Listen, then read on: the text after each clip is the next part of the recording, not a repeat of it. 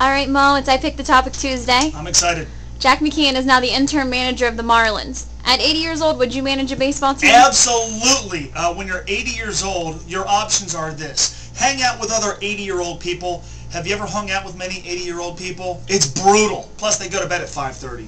So if my options are 80-year-old people or hang out with a bunch of guys in their 20s and 30s, make some good coin managing a baseball team, even if it's just for a couple of weeks, that's a no-brainer. Easily I'd go do that instead of sitting at the early bird buffet special.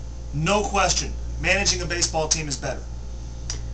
All right, NFL player gets busted for a dine and dash. His bill is only $27. Do you think the lockout is starting to affect the players financially? $27. Yeah, we got to get something done here. These guys, they're starting to feel the pinch a little bit. When you can't pay your $27 tab, that's an issue. But you know, when I think of dining and dashing, it gives me an opportunity to mention my least favorite athlete of all time. Back in 1995, I was a server at the Beale Street Cafe in Covington, and Reds relief pitcher Hector Carrasco bailed on me. He had a $31 bill, and he left.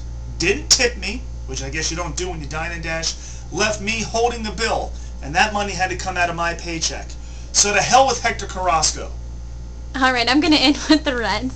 Yeah. Johnny Cueto, is he the only consistent starting pitcher on this club? Mike Leake is on that list too, but Johnny Cueto is the ace. And Johnny Cueto, it's interesting. All off season long, we talked about, you know, the staff ace, whether it was going to be maybe Edinson Volquez or, you know, is it still Bronson Arroyo? Does it become one of the younger guys? Does Homer Bailey fit the bill this year?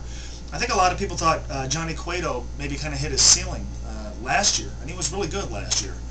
He's been outstanding so far this season, and he's reminding us or making us think of the projections we had for him when he came to the major leagues back in 2008, and he's making Walt Jocketty and the Reds look awfully smart so far.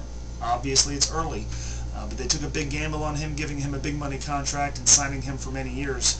He is somebody to build the rotation around, and thank God for him this year, because right now, while everybody else is pitching better, Johnny Cueto has become the ace, has become the anchor, and hopefully, against the New York Yankees, he comes up big tonight.